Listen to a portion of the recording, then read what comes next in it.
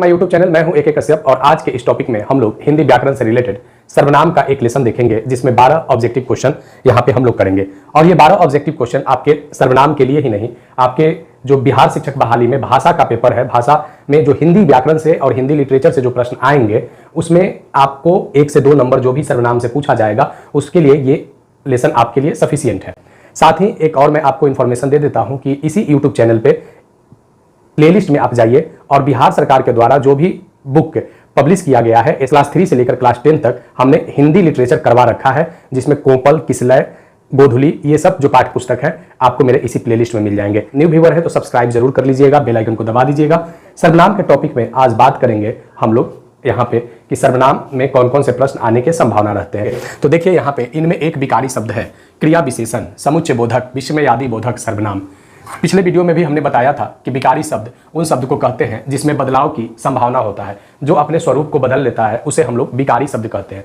विकारी शब्द क्रिया विशेषण, समुच्चय बोधक, विस्मयादि बोधक सर्वनाम, इसमें से सर्वनाम जो है वह विकारी शब्द है। कैसे? राम जा रहा है, वह जा रहा है, सीता जा रही है, वह जा रही है। तब आप यहाँ पे प्रश्न करेंगे कि राम जा रहा है फिर भी वह, और सीता जा रही है फिर भी वह।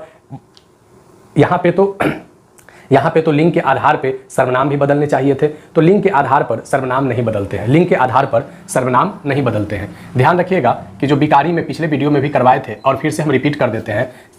आप शब्द के भेद जानते होंगे, शब्द भेद कहते हैं। पार्ट्स ऑफ स्पीच सुना होगा आपने, parts of speech. Parts of speech कितने प्रकार के होते हैं? 8 प्रकार के इंग्लिश में, हिंदी में भी 8 ही प्रकार का होता है। संज्ञा, सर्वनाम, विशेषण, विशेषण, ये जो होते आप जो देख रहे हैं ये आपके क्या हैं? विकारी हैं। क्रिया विशेषण, संबंध बोधक, समुच्चय बोधक और विस्मयादि बोधक ये नहीं बदल सकते हैं। इंग्लिश में इसको सुन लीजिए, सब इंग्लिश में जान जाए। इंग्लिश में समुच्चय बोधक को कंजक्शन बोलते हैं, ध्यान रखिएगा, और विस्मयादि बोधक को इंटरजेक्शन बोलते हैं, और संबंध बोधक प्रीपोजिशन कहलाता है। ठीक है, तो और आप एडवर्ब वर्ब तो जानते ही होंगे। तो इस यहाँ पे 4 विकारी और 4 अविकारी हैं। अब आइए देखते हैं सर्वनाम के कितने प्रकार हैं। 4, 6, 8, 9। बताइए सर्वनाम के कितने प्रकार हैं? सर्वनाम के 6 प्रकार हैं। तो सर्वनाम कहते किसे हैं? अब थोड़ा यहाँ भी जान लेते हैं। संज्ञा के बदले आने वाले शब्द को सर्वनाम कहते हैं। संज्ञा के बदले आने वाले शब्द को सर्वनाम कहते हैं। तो संज्ञा की संख्या कितना है? 5 है। संज्ञा की संख्या 5 है और सर्वनाम की संख्या 6 हो जाता है। तो ये जो आप 6 सर्वनाम के जो भी प्रकार होंगे आपको यहाँ पे करने के दौरान आप उससे वाकिफ हो जाएंगे। अब आगे चलिए, सर्वनाम की कुल संख्या कितना है? कितने ऐसे शब्द हैं जिसका उपयोग सर्वनाम में करते हैं? 9, 11, 12, 13। तो इसकी संख्या है 11। कितनी संख्या है? 11। 11 ऐसे शब्द हैं जिसका उपयोग हम लोग सर्वनाम में करते हैं। चलिए यहाँ से ही आप सर्वनाम के सभी प्रकार को पहचान जाएंगे। जैसी करनी वैसी भरनी हम लोग कहते हैं एक फ्रेज के रूप में। ये कौन सा सर्वनाम है? निजवाचक सर्वनाम, प्रश्नवाचक सर्वनाम, संबंधवाचक सर्वनाम, पुरुषवाचक सर्वनाम। जैसी करनी वैसी भरनी, तो जैसा कर रहा है वैसा वो क्या कर रहा है? पा रहा है। ये वाक्यों के बीच संबंध है। तो यहाँ पे जो ऑप्शन देखिए, निजवाचक सर्वनाम, प्रश्नवाचक सर्वनाम, संबंधवाचक सर्वनाम, पुरुषवाचक सर्वनाम, तो जैसी करनी वैसी भरनी ये वाक्यों के बीच संबंध को जोड़ रहा है। और संबंधवाचक सर्वनाम जो होते हैं ना, ये एक दूसरे को जोड़कर वाक्यों का ये एक दूसरे से जुड़कर वाक्यों को बनाते हैं। तो जैसी करनी वैसी भरनी संबंधवाचक सर्वनाम है। कौन सा सर्वनाम है? संबंधवाचक। वह जा रहा है में कौन सा सर्वनाम है? वह जा रहा, हम लोग कहते हैं कि वह जा रहा है, तो वह निजवाचक सर्वनाम, निश्चयवाचक सर्वनाम, अनिश्चयवाचक सर्वनाम, संबंधवाचक सर्वनाम। पक्का है कि वही जा रहा है, पक्का है कि वही जा रहा है। तो निजवाचक या निश्चयवाचक, तो ये होगा निश्चयवाचक कि वह जा रहा है। वह यानी या तो राम जा रहा होगा, सीता जा रही होगी। कहने का तात्पर्य मेरा ये हुआ कि कोई ना कोई पर्सन ही जा रहा होगा। ठीक है, तो कोई ना कोई जा रहा है, यह निश्चय है। ठीक है, तो निश्चयवाचक एक दूसरा पहला हमें सर्वनाम मिला। एक अगर सीरीज में हम इसको नहीं कर रहे, इसको एक सर्वनाम हमको मिला संबंधवाचक, और दूसरा जो सर्वनाम के प्रकार में हमें प्राप्त हुआ वह निश्चयवाचक।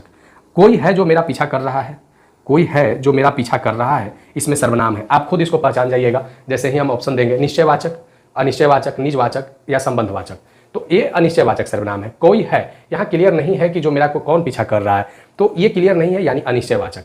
जैसे निश्चयवाचक में वह जा रहा है कन्फर्म था, यहाँ कन्फर्म नहीं है। ठीक है, आगे चलिए। सर्वनाम में कौन सा कारक नहीं होता है? पहले जानिए कि ये कारक की संख्या होते कितने हैं। तो कारक की संख्या बदलते हैं, और यही आपका आज का प्रश्न भी है। जो सबसे मार्केबल आज के प्रश्न में आप देख रहे हैं इंपॉर्टेंट, ये सबसे इंपॉर्टेंट है। कैसे? संज्ञा में जो कारक का प्रयोग होता है तब 8 प्रकार के कारक होते हैं। कितने प्रकार के? 8 प्रकार के।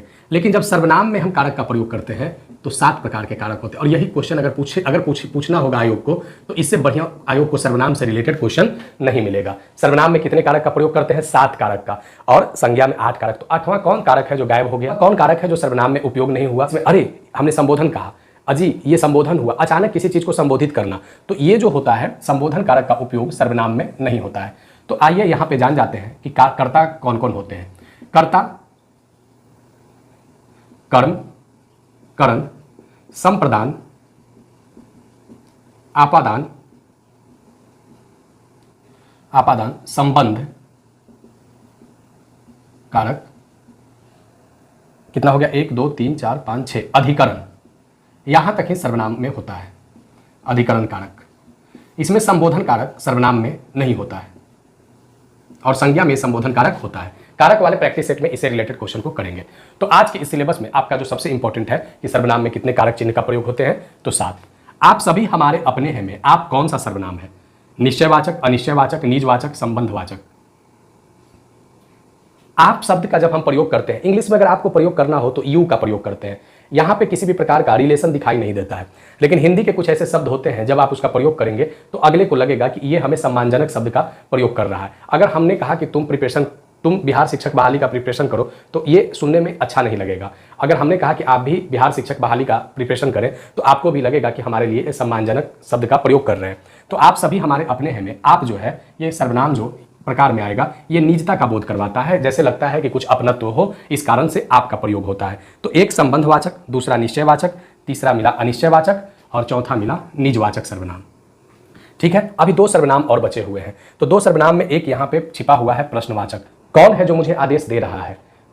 क्या वह ऐसा कर सकता है? यानी कौन और क्या, कौन और क्या, ये प्रश्नवाचक सर्वनाम है। आइए अब आगे चलते हैं। इनमें से किसका प्रयोग बहुवचन के लिए हुआ है? यह, वह, वे, ये, वह, यह।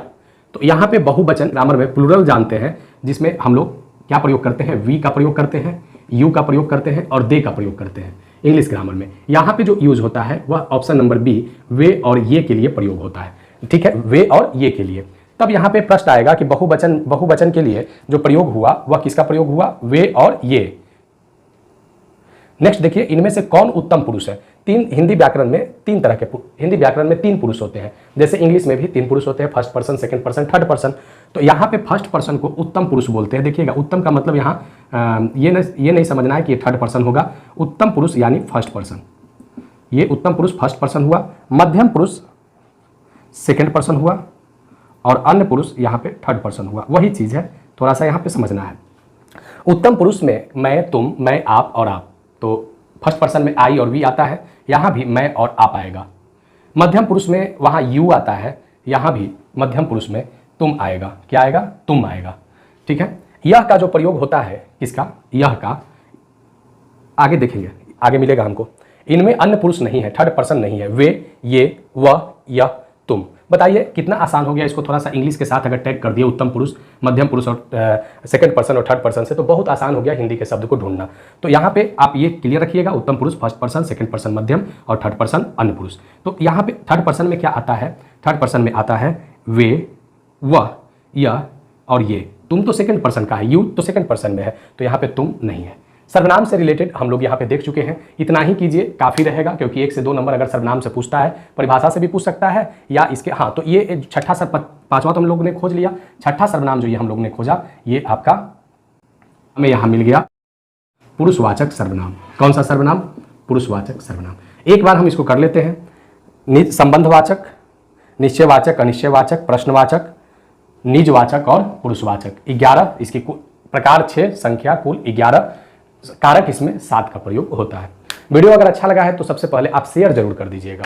और बिहार शिक्षक बहाली में अगर ये वीडियो अगर आपके यूज लायक कंटेंट है और न्यू व्यूअर है तो जरूर सब्सक्राइब करके बेल आइकन को दबाइए और प्लेलिस्ट में जाइए, बहुत सारे कंटेंट आपको वहाँ पे मिलेंगे। और यहाँ आपको और वीडियो को लाइक और शेयर जरूर कर दीजिएगा। सुझाव आप कमेंट में जरूर लिखिए। PDF अवेलेबल अगले सप्ताह में हो जाएगा। तो फिर हम मिलेंगे नेक्स्ट वीक में। धन्यवाद।